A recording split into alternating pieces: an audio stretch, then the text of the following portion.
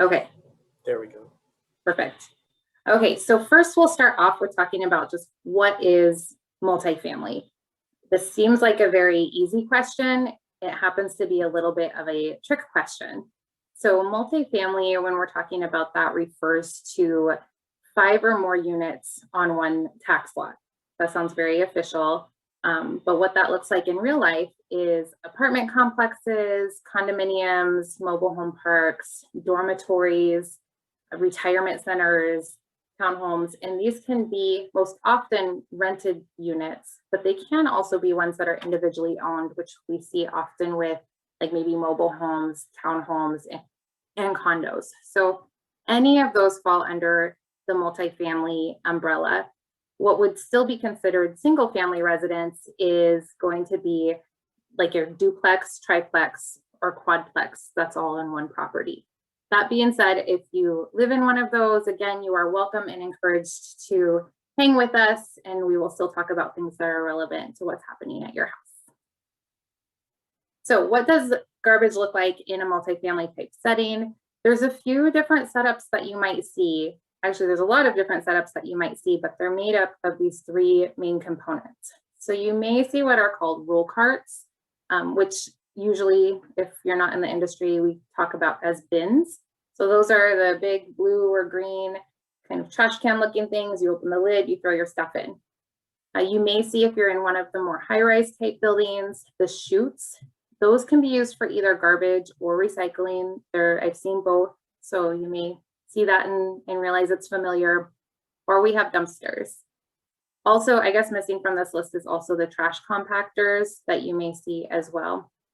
What your system looks like where you live could be one of these or any combination of the 2. And it really just depends on your property, how much space there is, what the setup is like, how big it is. And there's no wrong answer. So it's whatever works best for where you live is what that can look like. Now, of course, there's rules to everything. So first we'll go over just what is required in garbage and recycling. So with single family, it's your choice if you want to sign up to have service and what that service looks like, how much service there is. With multifamily, there has to be service. You get garbage and recycling with wherever you're living, paying rent or the mortgage.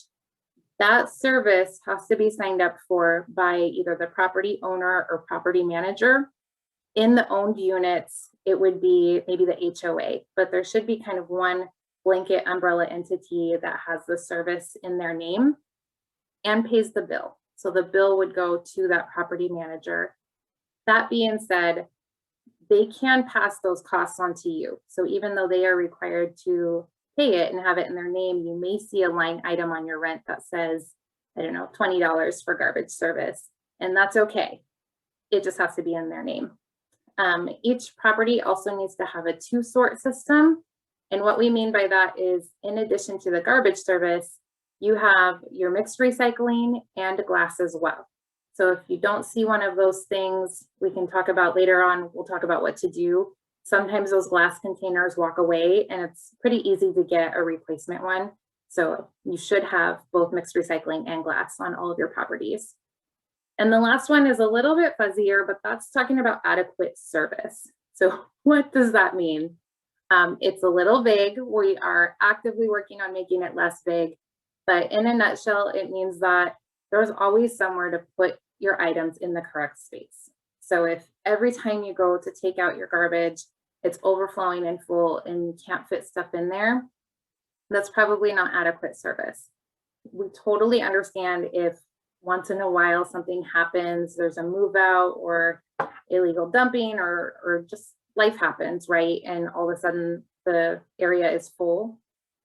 It's okay, but if it's a recurring thing and a hardship, then that's where we need to maybe look at either the size of the containers or how often they're being picked up. One of the most frequent questions I get via email and phone calls is, what about food scrap or compost service? This is totally optional. Property managers and owners are more than welcome to get it. If they request it, they can have it. It's not required though. So again, it's a voluntary thing. It probably comes with an additional fee. And what you would want to do to set that up is just talk to your hauler company. You can see that on the the side of your collection containers and see what it would take to add that in. So now the question everyone has been waiting for, what goes where? And I am going to do my best to make this as straightforward and then also equip you with resources to get future questions answered that might come up. So rule number one, what I tell everybody when I do these presentations is the triangle that, if you're like me, was your go-to on if something is recyclable, we're going to forget about it, because that does not actually tell you if the item can go in the recycling. More likely it's telling you if it's possible for it to be recycled. And I try to think of it like this, that your product that you get, your bottle of shampoo, is being shipped all over the country, maybe all over the world. And what's recyclable here in Portland may not be recyclable in New Mexico or in Connecticut or somewhere else, or even other parts of Oregon. So those rules are very specific to where you live and where you're recycling. Also a good time to interject the side note of, if you're traveling, you may want to check what the local rules are, because they may be different from what we're talking about today. So it's worth just kind of checking up, or if you move, that the rules might be different. So now that we forgot about the triangle, what can we actually put in the recycling? And I broke this up into kind of categories so we can go through them all. And we'll start off first with paper. I left off the easy ones like office paper and newspaper. Those are totally good to put in the recycling bin. But envelopes, your mail or junk mail, those are good. And they can have staples and paper clips on them. You don't have to take off the little plastic window that comes on ones that are maybe your bill or I don't know, credit card applications. I'm trying to think of things I get in the mail that have the little window. Phone books and magazines, also great. Spiral notebooks. So if you use them or your children use them for school and you no longer need them, it's okay. And again, you don't have to take off the spiral, but the whole thing can just go into the recycle bin. These are the more cardboardy type things. Boxes, awesome. Proper etiquette and help in keeping your bins from overflowing is to break down that cardboard. I know that picture doesn't show it, but to just pop off that bottom so that it's flat. Otherwise, it will fill up your containers super duper fast and just with empty space. So anytime you put cardboard in those recyclable containers, make sure you break it down so that it's flat. Dryer sheet type boxes, egg cartons, make mental note of that, because we're going to talk about egg cartons some more here in a little bit.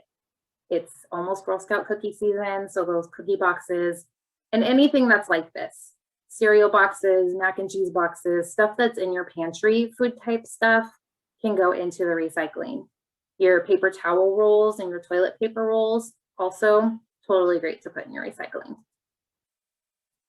Cartons, any of these that are pictured, milk cartons, soup cartons, anything that looks like that is again good to go. You'll notice on the milk carton, and I have some soup containers that are like this, it has the plastic lid with spout. The spout does not need to be removed. Again, super labor intensive. We don't want you to work that hard, but the twist off lid across the board, no matter what we're recycling, if it has a lid, the lid will go in the garbage, but the container itself can be recycled. Okay, these are the things that will automatically go in the trash. So any kind of cup that you get, even if it has the recycle symbol, even if it has something that says it was compostable or biodegradable, any cup that you put liquid in is going to go in the garbage. Any ice cream container, takeout food containers, they all go in the garbage. Special note of that first one there on the left, the freezer meal, across the board, if that item was in the freezer or meant to be in the freezer, it's going to be garbage. And even though that rips like paper, it feels the same as that mac and cheese box. The way that they make those products so that they can be in the freezer or in the fridge has too much like waxy plastic stuff infused with the paper that it is no longer recyclable. So frozen pizza boxes, all in the garbage. This was one thing that for years and years I recycled wrong until I knew better. So I'm letting you all know that that goes in the garbage. And then, like I said, the egg cartons that I said, remember these, That really is the only thing in the fridge, egg cartons and milk cartons, that can be recycled. So just like the freezer boxes, the little paper box that your butter comes in would go in the garbage because it has too much of that waxy plastic stuff in it to make it recyclable. All right, other things that go in the trash, any of your tissue type stuff, paper towels, napkins, Kleenex, used or unused, it doesn't matter. That's all going to go in the garbage. I know it's a paper product, but it's so different. It's just not recyclable. So if you have Kleenex or paper towels, automatic garbage, no matter if it is clean or dirty. All right, next category is the metal stuff. So you'll see the ball of foil. One thing to note on foil is that you do want it to be a decent size. So try to envision all your mixed recycling is going to the facility where it has to get sorted. And if we have itty bitty pieces of stuff, it's totally likely that it's going to get missorted or go through the machines and not end up in the right place. So if you just have a little spot where you can save your foil to make it about the size of your fist or a baseball, that's so much better because it just gives it more mass that it'll get picked up in that sorting process. Cans are good. Any kind of can, whether it's a beverage can or what you use in your pantry, canned food can, is fine. And you do not have to take off the paper. So go ahead and leave that paper on. Metal food trays that you wash the food out of, make sure that there's not the food residue. That all is good too. Okay, more metal stuff. Paint cans. If they are empty and clean, or if they're empty but all the paint is, or not empty but all the paint is dried in there, they can go into the recycling. Again, no lid. The no lid rule still applies, but it's okay if there's dried paint in your paint can. All of your spray bottles, hairspray, shaving cream, cooking spray also can go in. I know there's that plastic top, totally fine. It'll still go in the metal piece and you don't have to pry that off. Just get rid of the lid part and the nozzle is okay.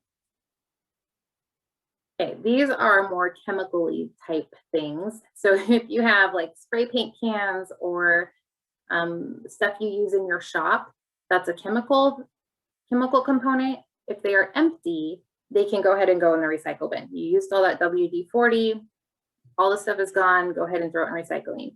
If it's been sitting in your garage for 10 years, you know you're not going to use it, you don't even know if it's good, that has to go to hazardous waste. And you see that phone number down at the bottom of your screen.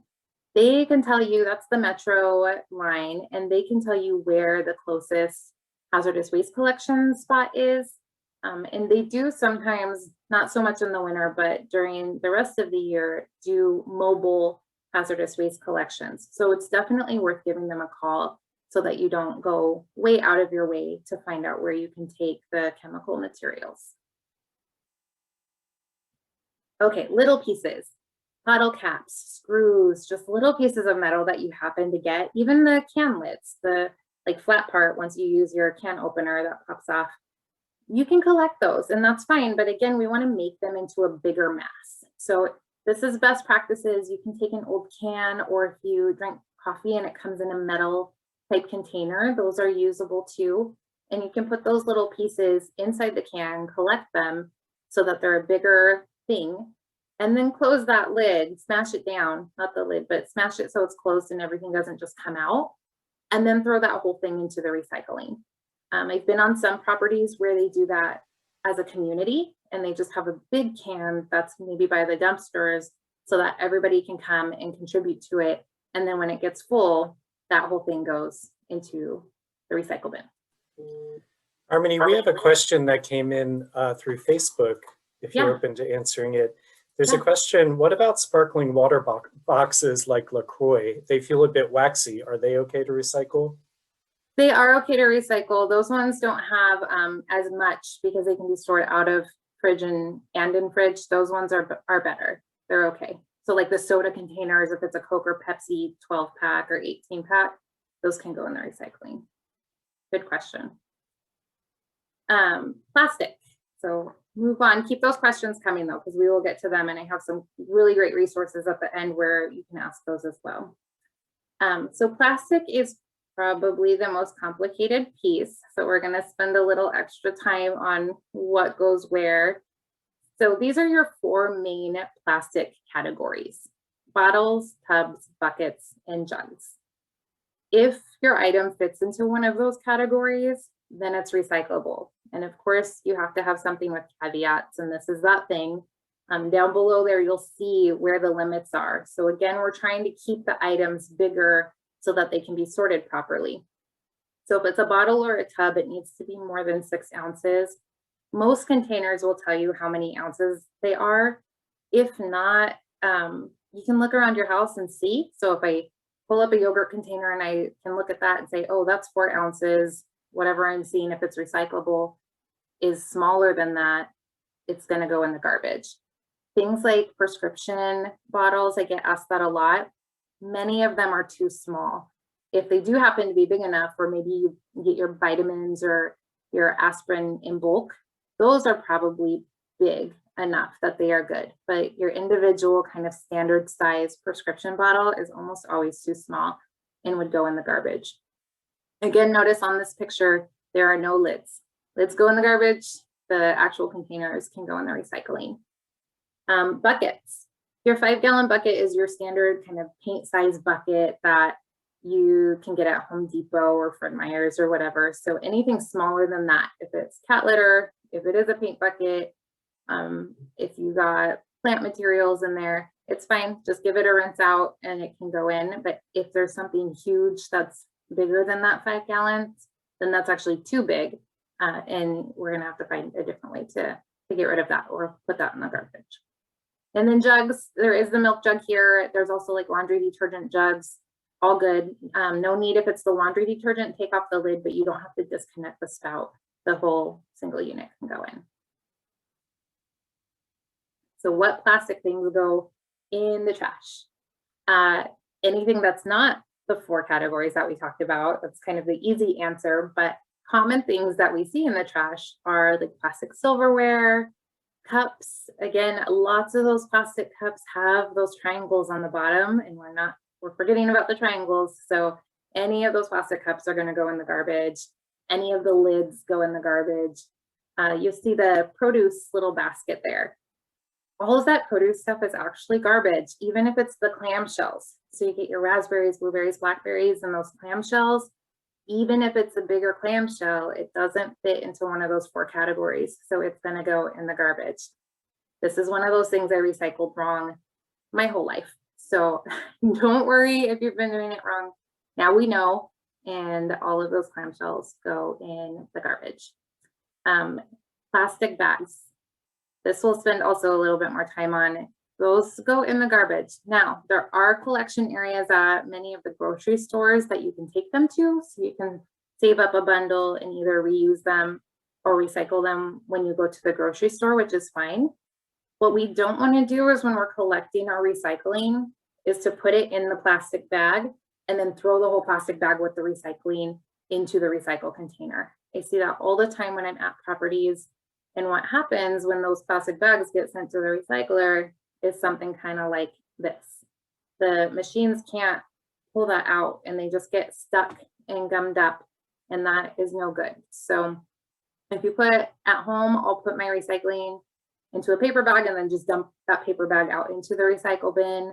Many folks use reusable bags, so you can put everything in the reusable bag, and then when it gets full or it's close to when the recycle man will come, then you can take it to the area and do things in bulk. You know, nobody wants to make 100 trips to the recycle bin. So we totally get that, but not putting your stuff in something that's not recyclable and then throwing it in is good.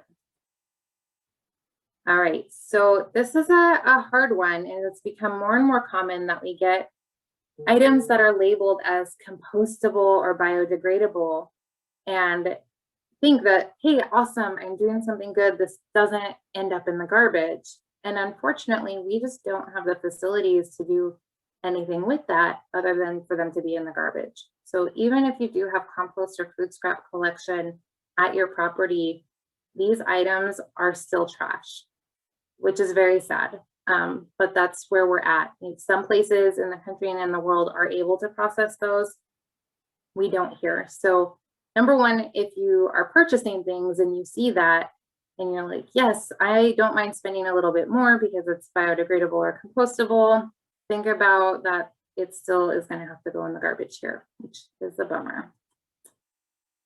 Glass stuff. So next category, this does stay separate from your mixed recycling. So there should be a separate container. That can be anything. Many of them have the little Kirby type bins that you can kind of pick up with two hands, or maybe a smaller roll cart on your site, but it can look like anything and it would still get picked up. It should be labeled as a glass collection container. All of these bottles qualify. You can put redeemables in the glass. They'll still get picked up, they'll still get recycled. If you don't want to take them to a bottle drop, that's fine.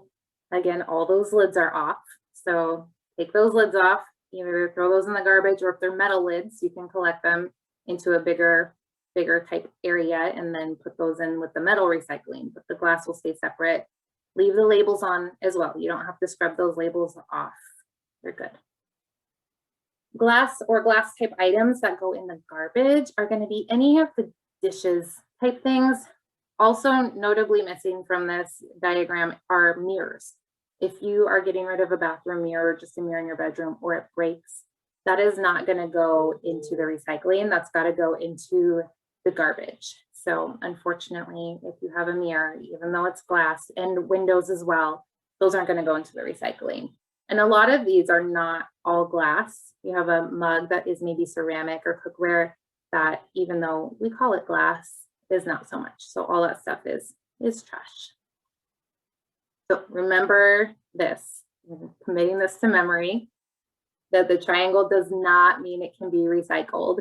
And we're going to check the rules no matter where you're at, whether you're in Portland or somewhere else. Always check the local guidelines rather than looking to see if something is recyclable. One question that I get asked all the time is, what does clean mean? I think many of us have heard the word contamination out there a lot. And the reaction is to think that that is the gross stuff, like contamination, ew, yuck.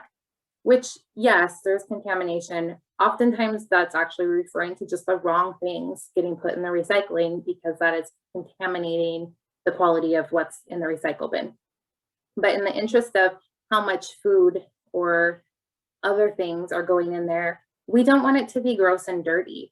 And if it is gross and dirty, it oozes, right? I'm trying not to be super gross here, but it can ooze. And if it oozes onto the paper products, then the paper products are contaminated. So we don't want that to happen. So you can rinse stuff out. No need to like sit there and scrub it or run it through the dishwasher. We just want to make sure it's not in a situation where it's gonna leak out onto the paper and the other stuff that's in the recycling. Okay, so we're going to talk about food scraps. This is one of the areas that is different between single family and multifamily homes. So single family homes, you're just going to have compost. And that includes not only food scraps, but also yard debris. There's things like pizza boxes can go in the compost, napkins can go in the compost. Those are not the same rules for multifamily if you have food scrap collection. And that reason is that the product goes different places. So single family compost goes to one type of facility, and multifamily food scrap collection or yard debris go to different facilities, and they're processed differently. So the multifamily collection will not be able to handle the branches and the plant life. They'll only be able to handle food. So that being said, what food can go in there if you have this service at your property? And it's all the food, eggshells, bones, food scraps. I have kids sometimes, you know, I want mac and cheese for dinner, and then they don't eat it because, just kidding, they didn't want mac and cheese for dinner. If you have things like that, it will all go in the food scrap collection. These are some of the things, some of them are garbage regardless, but some of those would go into compost if you're in a single family home.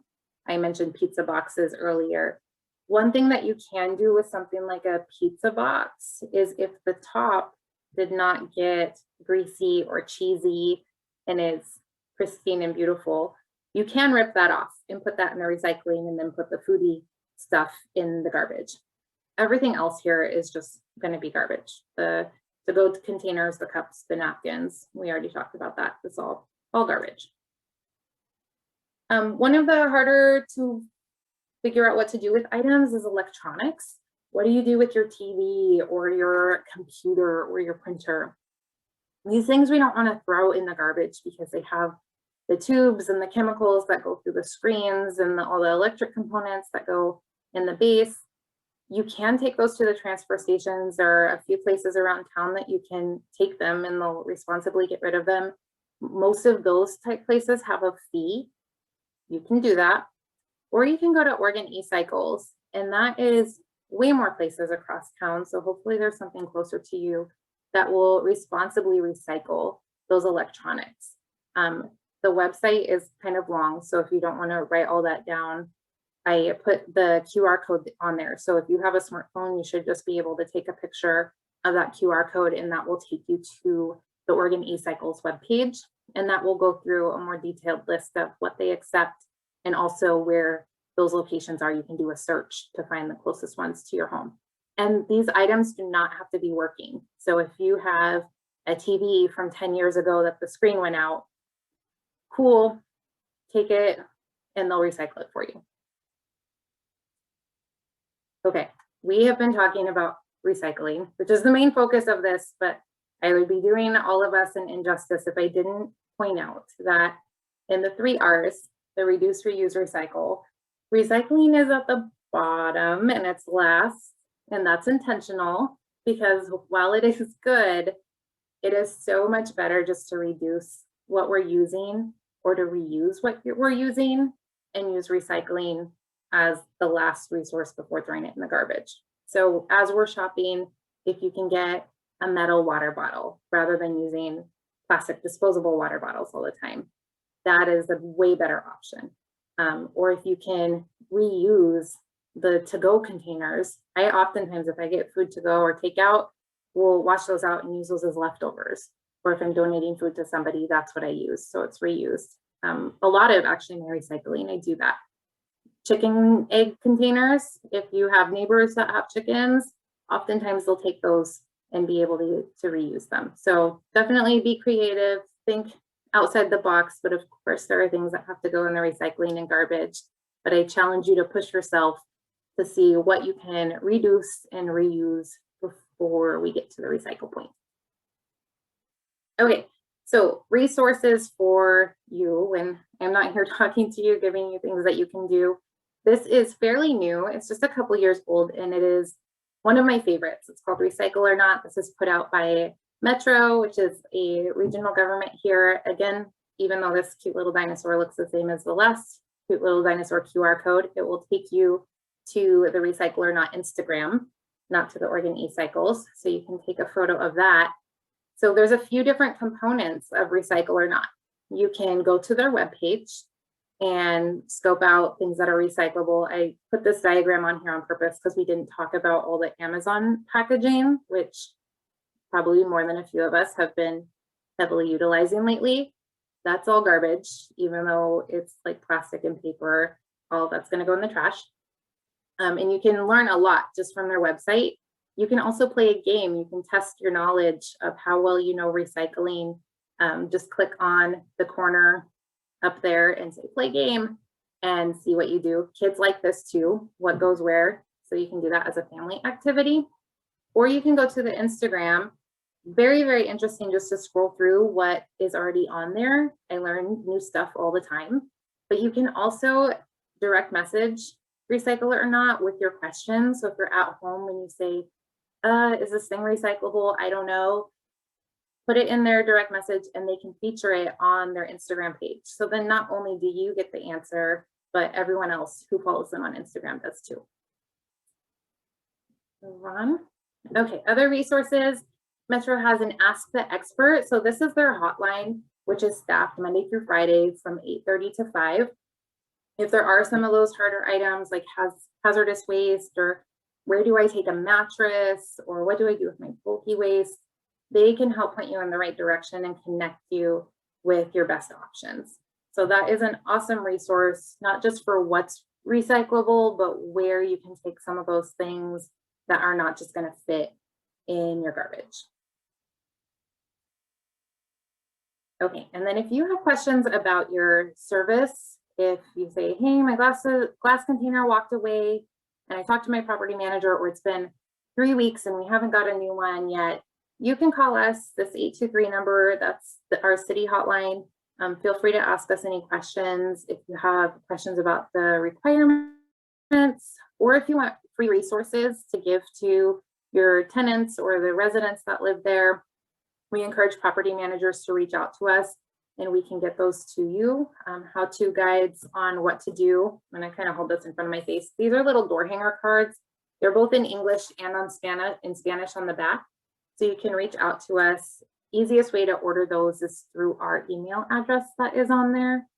And again, this website has a wealth of information, but it is super long. So your third QR code of the day, if you take a photo of that, will take you directly to that website so that you can either order free materials of what goes where. We have different languages. We also have signage that you can put up in your garbage and recycling areas that have pictures of what goes into which container. So that is what I have today. I'm going to stop sharing because it does look like we have some maybe comments or questions.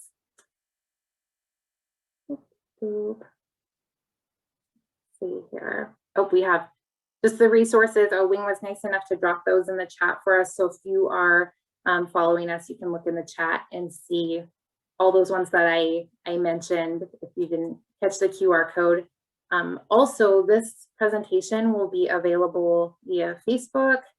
It will go onto our website, and in a few days, it will also go on our YouTube channel, or the Fix It Fair YouTube channel. So it is accessible in the future for everyone. If you think, oh, Harmony said something, what was it? It's not lost. It's okay. You can still reach us.